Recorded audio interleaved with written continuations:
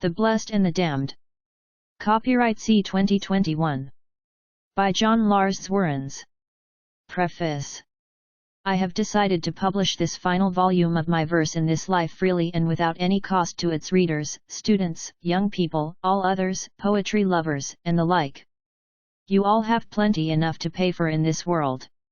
I believe my vocation as a poet was chosen for me by God to serve my fellow man out of a spirit of humble service to the common good. May God love you all and bless each and every one of you. John LARS ZWERENZ, June 2021. This book is reverently dedicated to Mary, the Immaculate Mother of God. The music room. Moaning reverberates within the halls. Candles flicker eerily on cold, stone walls. Behind an old bookshelf souls do plea, where they are engraved, to be set free. Yet no one shall be saved within these castellated towers, nor shall they behold the florid, golden bowers of the merciful Son. No, no one. For within one chamber a piano plays. Its keys are caressed by ghostly fingers. In the ancient parlor where a melody lingers, a nebulous hymn of stony grays, floating on the air to the window's veil. The musician, once lovely, is now deathly pale. Why does it seek me, this concerto of gloom, which fades on the glades beneath the room? Who is this wraith who wears the face of the wife I knew in a happier time, when I would weave my sunlit rhyme, so very very long ago, in the bright, sweet boons of a summery place? I am haunted by the tune she plays with grace, now, as then, dying on the dales below, on the reedy, dismal glen, through the dreadful, dark haze of the half-opened window. A dream. I often have this strange and poignant dream, of a lady fair who is sweet and dear, a beautiful maiden of yesteryear. She kneels with reverence beside a stream, and then in the night she comes to me, in the moonlit mountains, tender, of the spring, which inspire songbirds in the trees to sing, in a minor tone, near the fountains by the sea. Her Majesty. I ventured out beneath the pale oceanic sky in the summery heat. My thoughts were of my lover, soft, discreet, when I found her dreaming on a rosy dale. Her eyes were dark and of ancient lore. They shimmered like diamonds in the gilded lights, and beamed like streams from angelic nights. From that lovely Carolingian gaze she bore autumn. On soft, autumn evenings, I shall wander beyond the old village to the yellow plains, to the lush, green hillsides over yonder.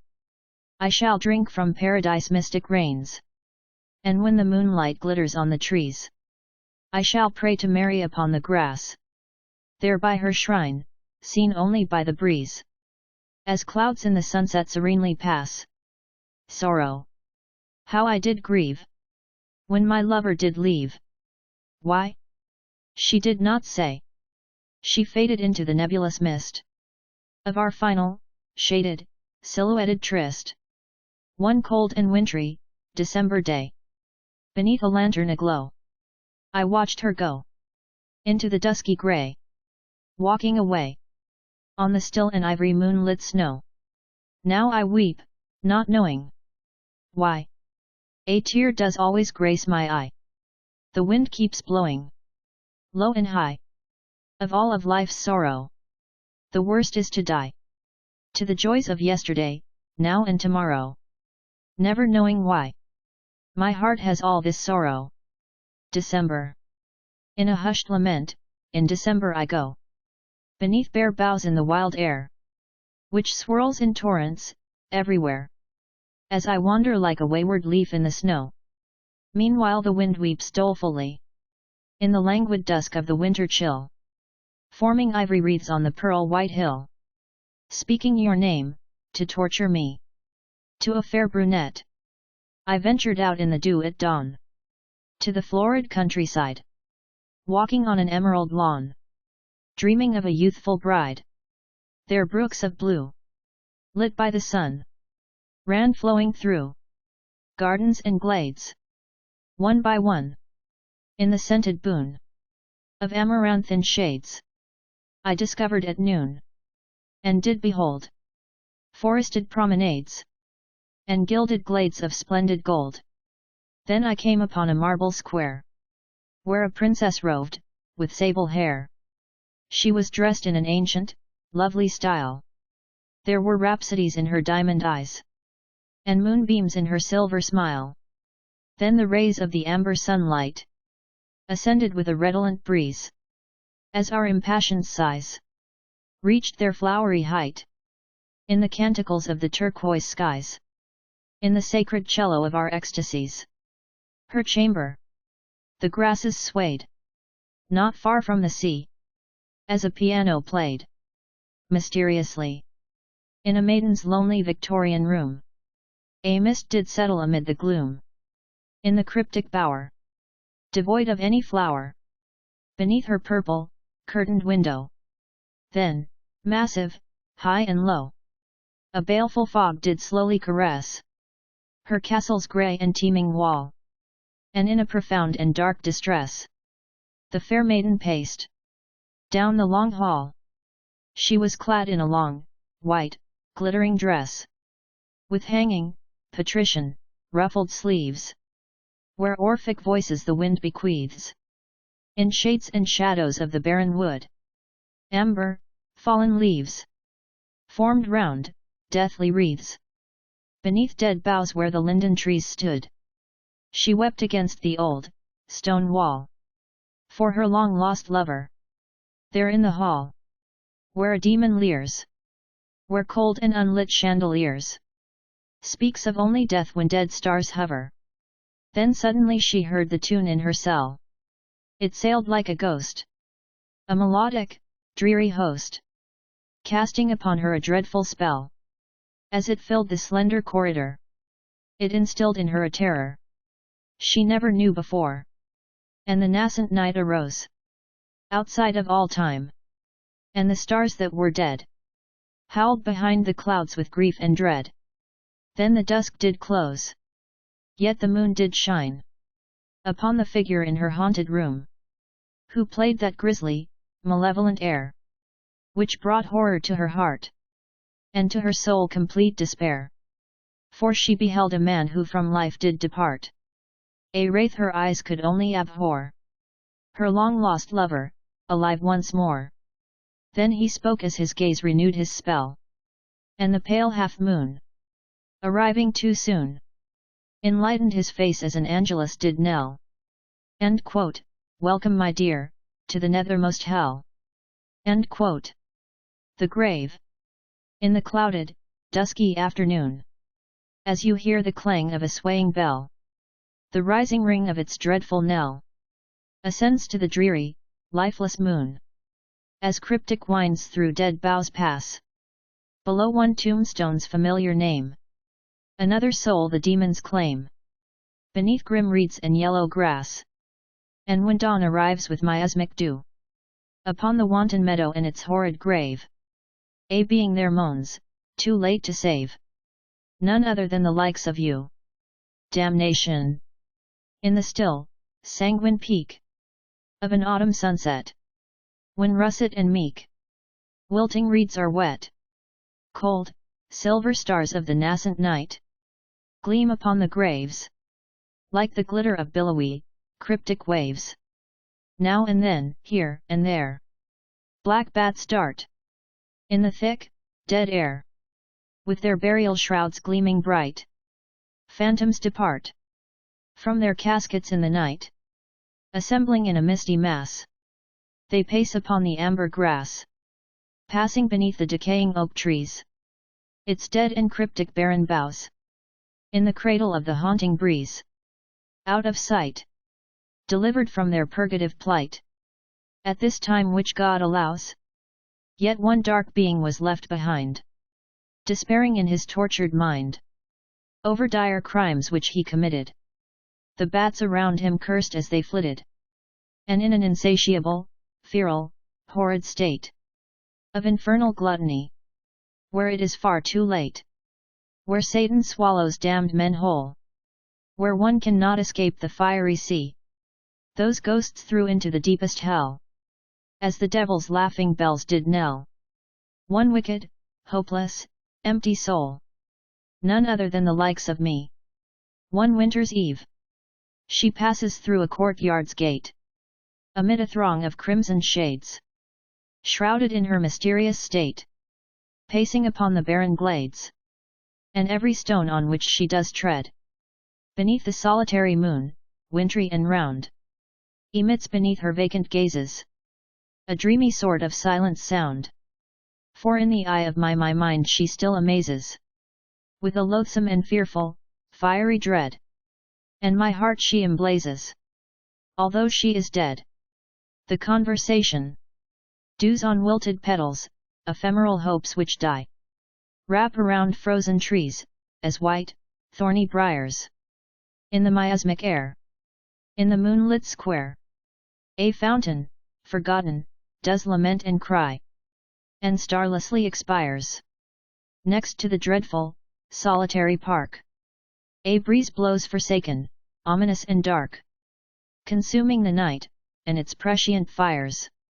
Two dead figures raised from below wander on the glades, the dales, and the wheat.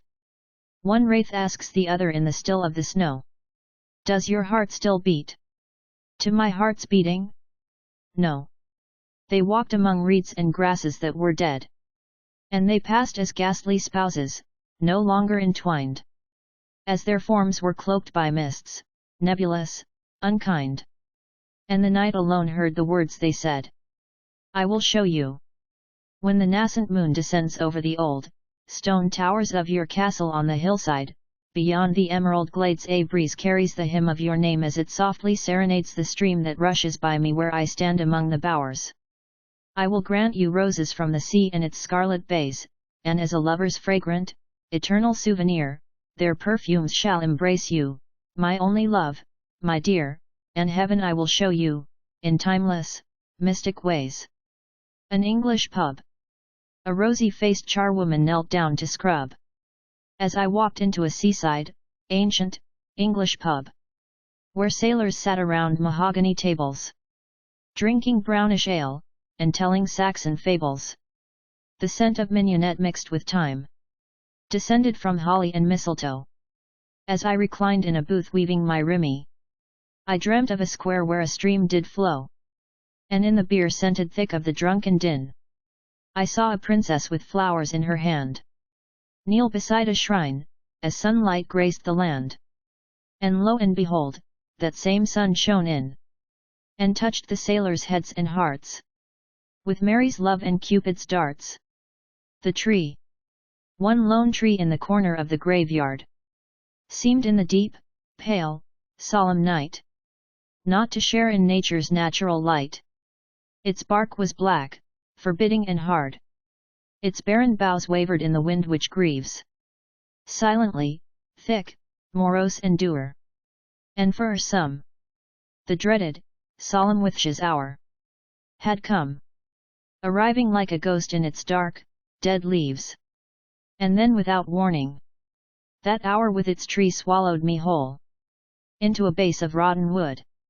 And as the clouded day was dawning, with hatred it stole every fragment of my soul, as much as its clutching branches could. The ghost, as I remember it was the spring, and every creeping rustling of each long veil which cloaked my window, swayed like a ghost, to and fro. A bat did flutter in the light of the clouded, dead moon which hid the night from any semblance of anything bright. And as a fire grows from flame to flame, suddenly in the horrible wind, in the morbid moan of a tamarind, I heard her name, the bride I killed one autumn day, when her fair, white back was turned away. And now I live within a room, forever gone from the outer world, where eternal terror is unfurled, sleeping in her horrid tomb. Woodchester Manor. I sailed long enough upon the ocean, too bitter to sip, the brine was always cold. I witnessed my ship descend in the old, fierce Atlantic, with a desperate emotion. In 2 days' time, I awoke on the English shore, not knowing how I survived the wreck, and of my mates. From the baleful and torrid, grim effect of the billow's violent crime, there remained no more. I began a course eastward on a splendid steed, travelling over hills and glades and roads. I was guided by my Orphic dreams, where holly green hills met purple abodes, where many rustic, azure streams seemed to befriend me, as they gratefully did lead my horse and me from the baleful sea. Suddenly it came to my stark awareness that the ancient, English sun had met the night, and my gelding quivered as the moon did rise over the carmine-coloured, British skies. So having to harness my horse in the moonlight, I slept near Bath, in a piney wood. Bats circled my psyche, and doing what I could, I did not wait for dawn to ascend.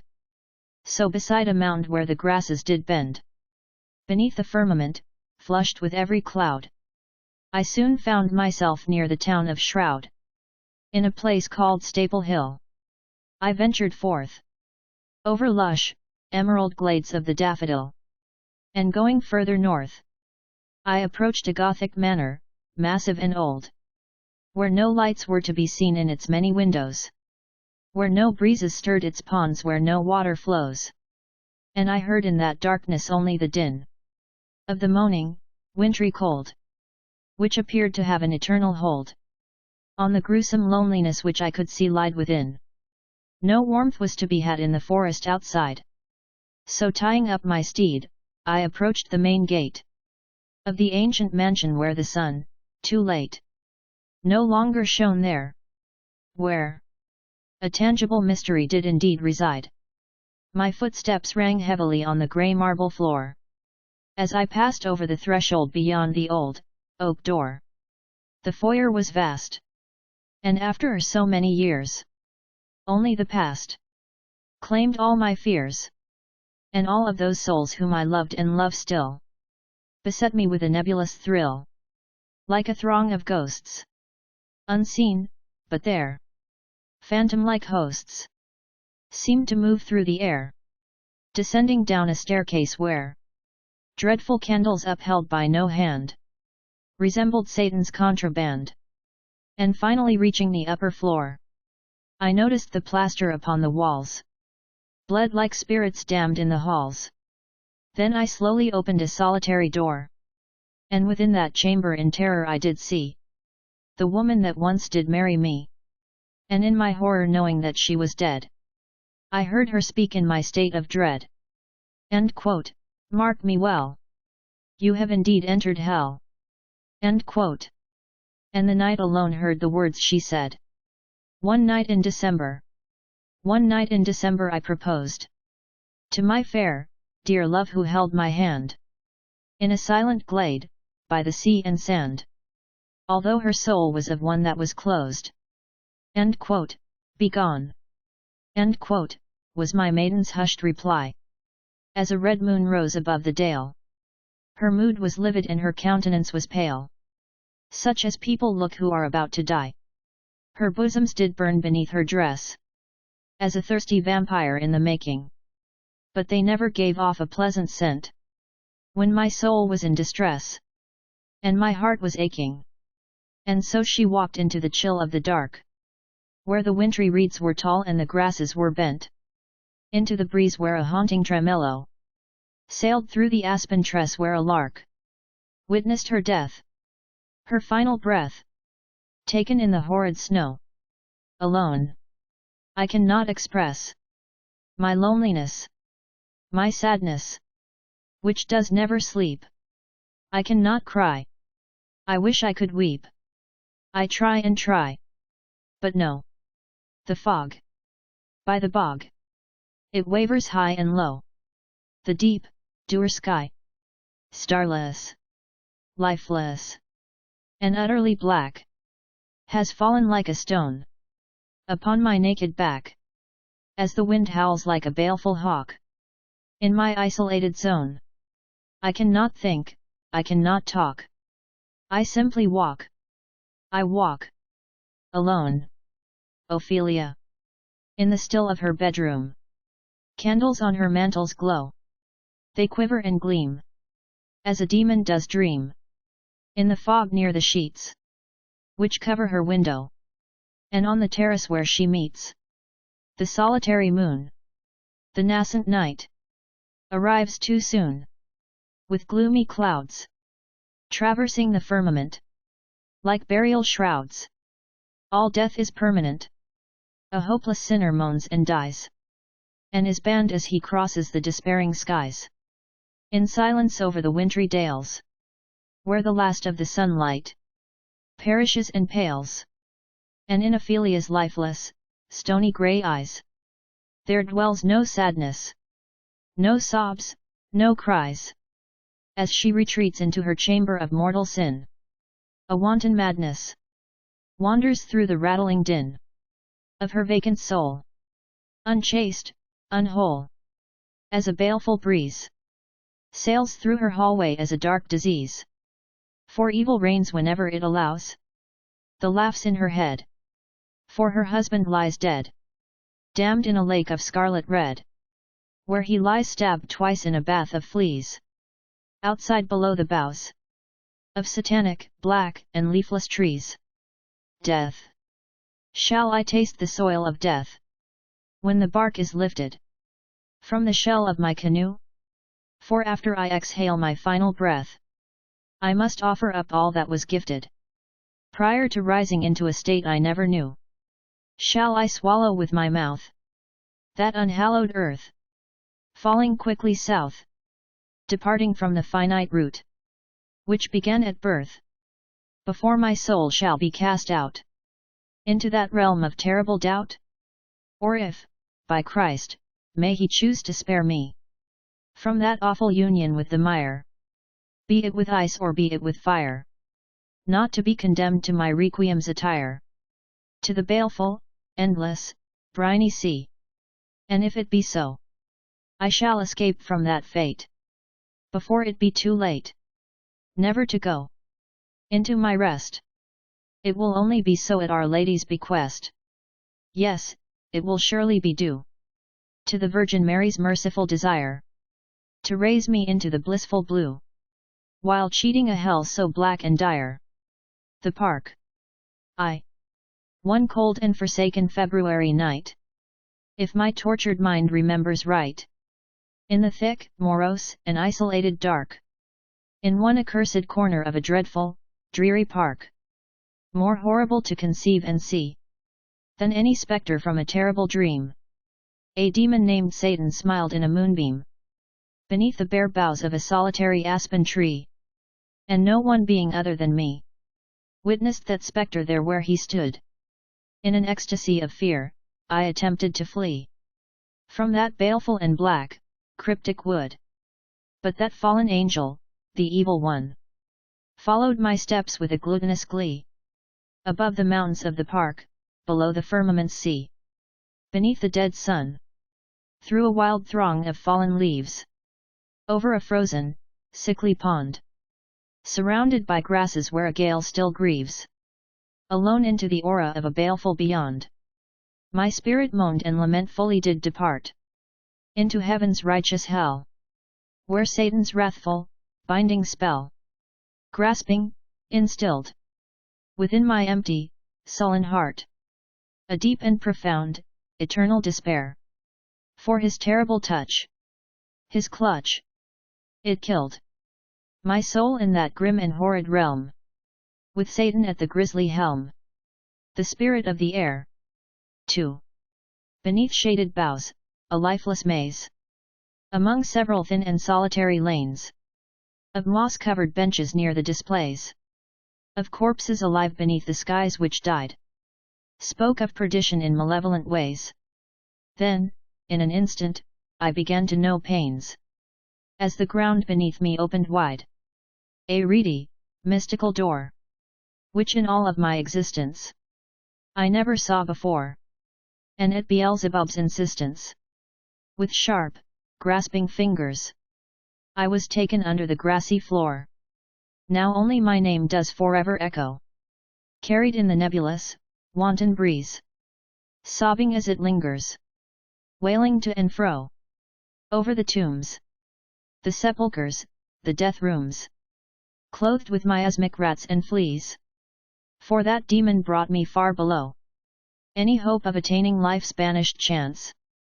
And now he smiles, proudly in the dark, with his lifeless, red eyes, grinning with a glance, below the bane of the pale and starless skies, over the glades of the massive park, where my damned soul cries, and my living body lies. 3. And this demon so proud, eternally laughs, as I contrive to uncloud, in fiery baths, the flames which consume me, punishing each and every deliberate transgression.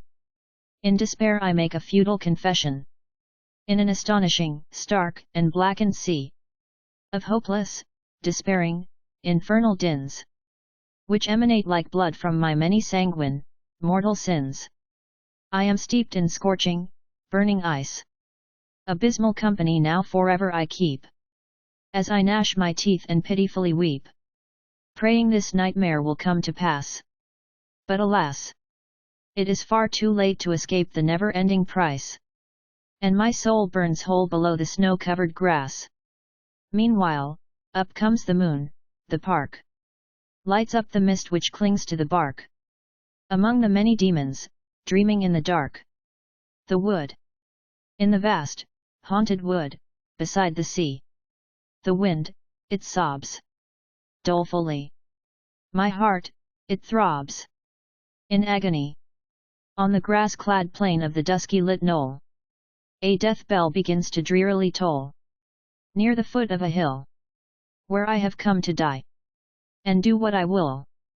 I cannot deny that a malevolent ghost there awaits my soul, to swallow it whole, in the blood-red sun, where the very air and death are one.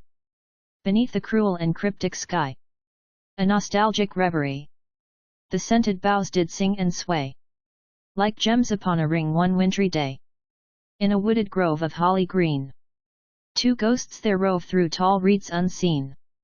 The graveyard pines to the indistinct sky, possessed with nebulous tints of blue.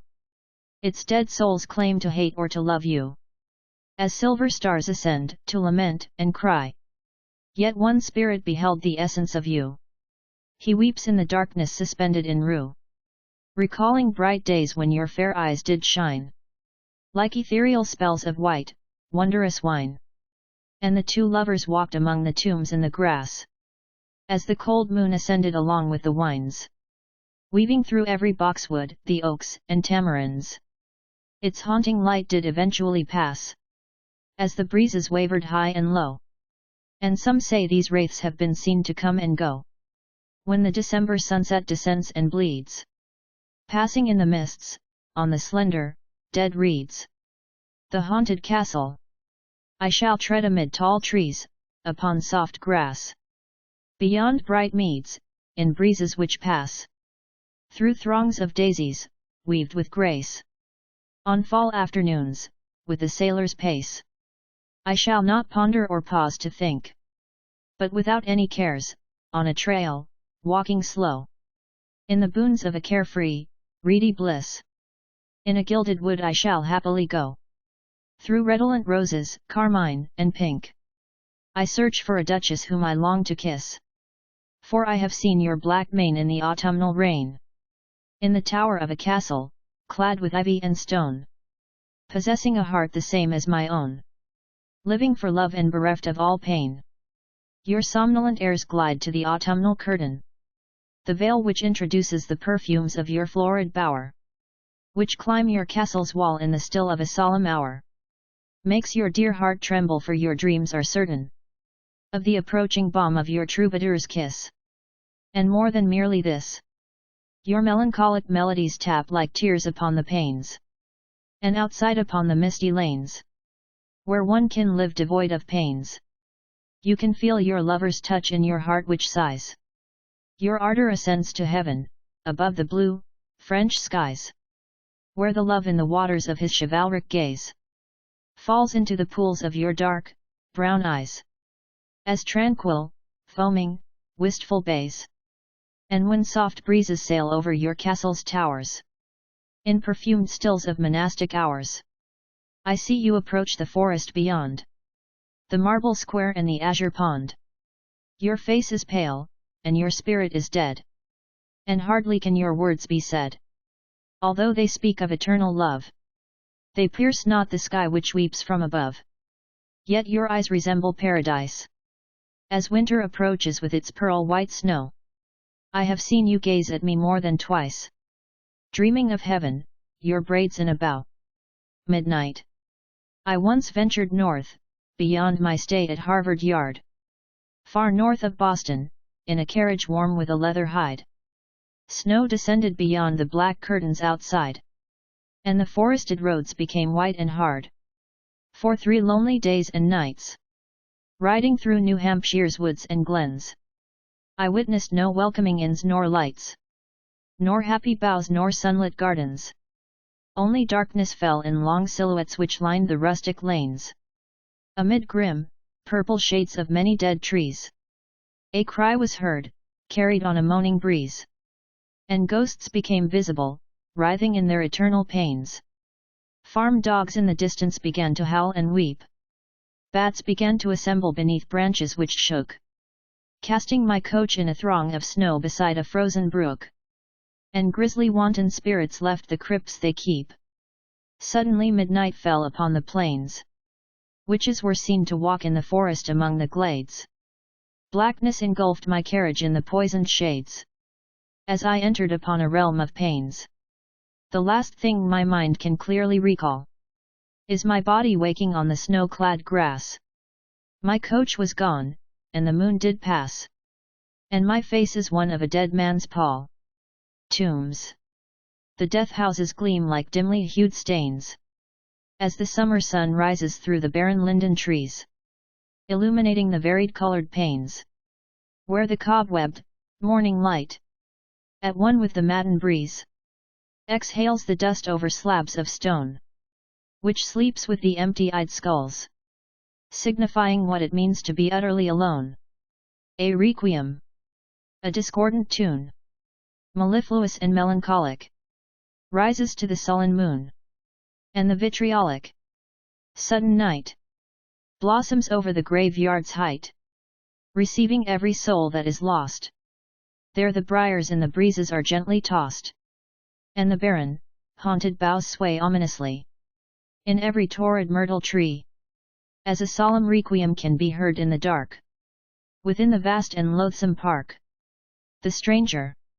Once, at dusk, in the pregnant hush of a late October evening, deep in a forest, when the nascent moon like a ghost did grimly sail, when all the leaves and barren boughs were no longer cleaving, I carried on foot, leaving my horse in the thickness of a sick and reedy dale, on the fair, and sacrosanct, conquered land. I witnessed blood in the ancient earth, of a Turkish red in the gleaming birth, of the stars where the Hun, with sword in hand, swept like fire through this dire glade. Moans from the dead refused to fade. I approached a vast castle, cloaked in tall trees. Near and far, the emptiness of the wood carried its baneful and dark disease. As I walked where I could, in the miasmic breeze, its parapets made a jagged line against the carmine, setting sky. Its stark and ancient, black decay seemed to kill all of autumn's plaintive day, with every surrounding bough and leaf sobbing like a dreadful whine, hopeless and despairing in their solemn grief. I witnessed then, from behind the main door, a gentleman in black approach with a step which rang in the opening of the passageway. He seemed to thirst for something more than to greet me in that dusky day. He introduced himself as Baron von Lepp, and his red eyes did gleam, as in a furious dream. His handshake was cold, and older than old, as he motioned me in, amid the mountainous din, where wolves and ravens made their pleas, to the starless sky, by the lifeless seas. I ascended a long and circular stair, in the dusty, wicked, stifling air, and upon entering a baleful, horrid room, I laid upon a bed of gloom, and felt myself die, forever to be there. End quote. Come out, end quote, he said with a gleeful tone, in his hollow voice with a devilish moan. End quote, for you know very well that you have indeed entered hell. End quote.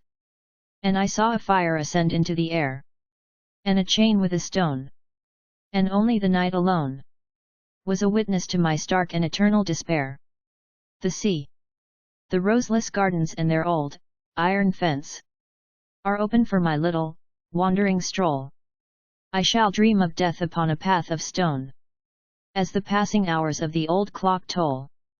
In those moaning breezes I do not walk in bliss. Through those spacious bowers I rove hunted and alone, searching for a glorious princess. And with all the dead flowers that I behold, whether once red or ivory, yellow or gold, I shall attempt to flee from the black, dour sea, from its creeping dew, from each drop of its despondency, born of balconies which sob at night, in the long silhouettes of a languid moon. I shall bequeath to them all my crimson fright, and I shall lament with them in the joyless noon. Lacking all nobility, the long avenue is cursed with shadows and is most lifeless, of a grave and hellish hue. I recline in the reeds, in their miasmic wine, near the soundless, blackened pool, where a symphony dies in its lightless depths. In the wandering summer breeze, baleful and cool, a princess sleeps, in a throng of grasses, beneath the barren linden trees. And as daylight passes, she lies like Ophelia, drifting in her mind, with ghastly affections of a ghostly kind. And as I approach her, ever so near, I gather wilted blooms from the belvedere. Awake to your prince, my wife to be. Awake to the gloom of the sky above. For we have both died and the haunted sea shall swallow us whole, my dear, my love. Beneath dead trees, tall, sallow reeds, color my psyche, as my spirit bleeds. By the barren beach, where the undulating sea holds promises of hope, which are far beyond reach, all happiness abates, as my final fate awaits, at the end of a tightly wound rope, and in the whim of the breeze, like a wayward leaf, beneath dead trees, my heart full of grief, beneath the gloomy sky, through the chill of the frozen snow, I slowly go to die. October. The Duchess reclined on her purple divan, smoking in her chamber, overlooking her bower below, and placing her embroidered diary in her credenzo. She gazed beyond to the meads where the wan grasses played in the palm of the tepid breeze. The winds rose up through the boughs of the poplar trees, rising to her bastion's walls, to the turrets, caressing its ashy parapets. When, suddenly, in despair she witnessed on her knees a harbinger of perdition, a most dreadful apparition. For through her windows flowing curtains came a fallen angel bearing an infamous name. His figure spread out like a lifeless cloak over the carpet of her room, in the solitary, October gloom, arising from the wood, from a leafless, lonely, accursed oak, and doing all she could. She did not succeed in breaking free, as she ran in horror down the stony stairs, in the terrible, Zoroastrian airs of Beelzebub's fiery, infernal black glee. Now she sleeps in a tomb, in the soil at her castle's feet, and every soulless soul that she does meet resonates only wailing, and her womb carries naught but a black and perpetual fear, as demons whisper in her ear. A dream? Once, in the darkness of a forsaken mountain, when the moon died above me like a dead, dried fountain, I witnessed my soul descend into hell, and feeling only terror I fell and could not tell, as demonic eyes were gleaming, and read, if I was awake or merely dreaming, or dead. Night, clothing the barren, wintry land. The dismal, endless, haunted plain. A blizzard blurs the meads, the glades, the terrible terrain. And as the snows descend, demonic eyes, they gleam like sand. And the lows and highs of the fountain in the end illumines naught but a moonless sky, with no beacon of light. Are the stars to grow dim and perish tonight? For all seraphim have left the veils. In the woods, close by, the gloomy silhouettes betray their shadows on the graves. A farm dog wails in the distance, to the firmament's grey. And the haunted, darkened enclaves are more than eerie to the sight. As my bating breath fails in the terrible void of the plaintive night, there, over the hill of many a dead and sallow reed, a ghost arises on the mead, to claim my soul, to take me below. Oh, astonishing scene! My woe! The winds are cold, merciless, and mean, as I witness dead men, hanging from ropes. Amid branch and leaf, buried are all my hopes. And I moan, alone, in my eternal grief. Milady! The months and years, they pass me by. Milady in your tower on high, looks down below, from your curtained window, to a broad, fresh plain of December's snow. Beneath the moon of the emerald spring, in the spacious courtyard where angels sing, where redolent breezes weep and sigh, I shall place on your finger a wedding ring. Milady, my love, in your chamber on high, in an ancient castle, grim and dark, where candles flicker in corridors, above the bogs, not far from the moors, surrounded by a leaf-barren park, a ghost does wander, clad in chains.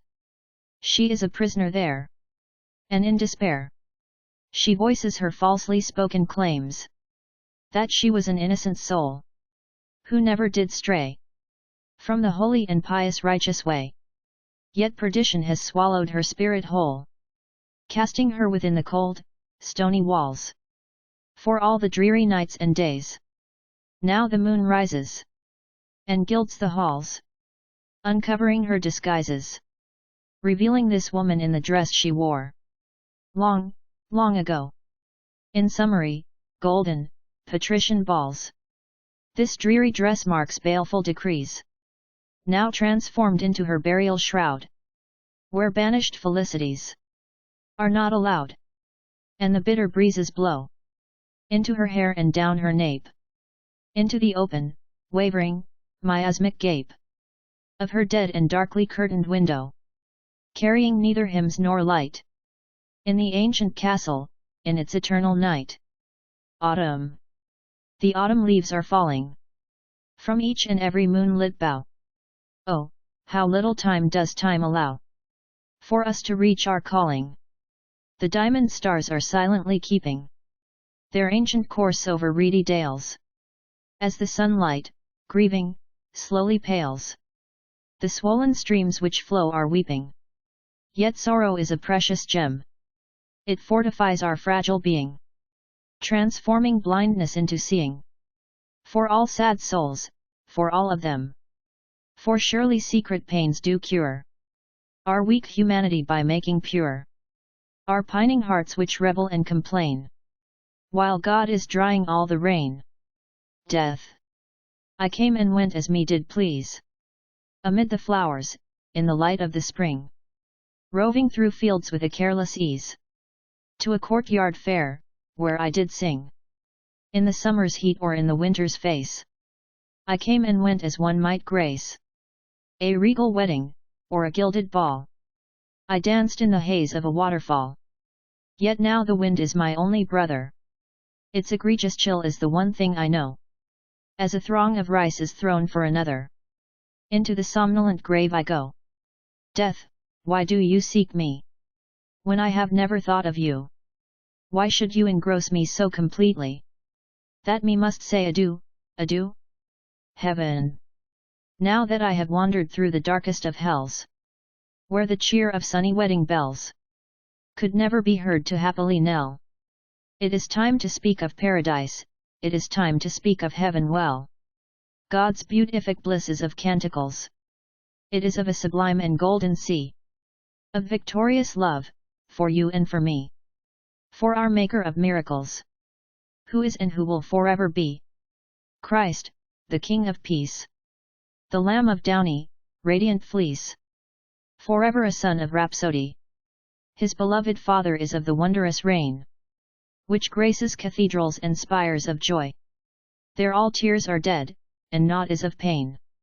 The Holy Spirit in his rapture there perpetually doth reign. In the hearts of every girl and boy. For we are all but children there, snug in his woolly hand. And the breezes which touch the luminous trees increase our solemn ecstasies. Their embraces are chaste, as is every kiss, endowing our souls with unspeakable bliss. As crystal silk in that eternal land. To Mary, the Immaculate One, the willows sway slowly over the sea. With a languorous, rapturous ecstasy, you vanquish me with one glance of your mellifluous cadence, which pours forth like honey in the diamond sun. From the silky radiance of your dark brown eyes and a raven tress, which graces your fair neck as a sable lace. You grace heaven's ground in an alabaster dress. In the holy vestibules of your sacred palace. In your joyous marble squares. Where glorious fountains rise in the aromatic airs. Beneath the purple dome of your queenly home. Surrounded by a wreath of diamond mountains. You have conquered me, my beauteous queen. And I am never to be the same. Your bosom is a dew-clad meadow. Safe and soft, and most serene. And I go as one lost in a troubadour's dream. Mystified by your reverent name.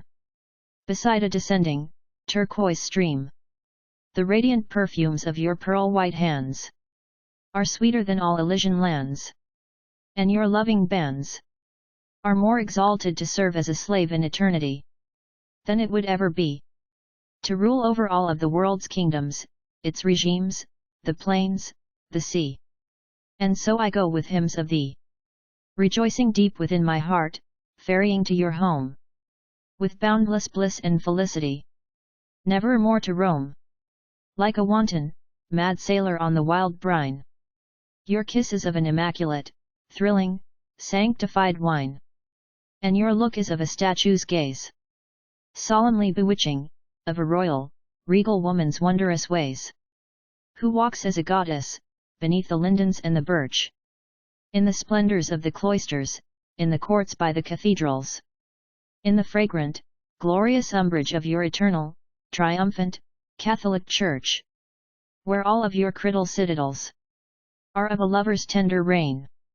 And I forever go, wherever your siren-like breezes flow, lost in the ocean of your dusky, royal mane, and the paradisal reflection of your pristine face, which commands every boundless mountain and lake, possessing such a pious grace, to be touched by your beauty, for your own majestic sake.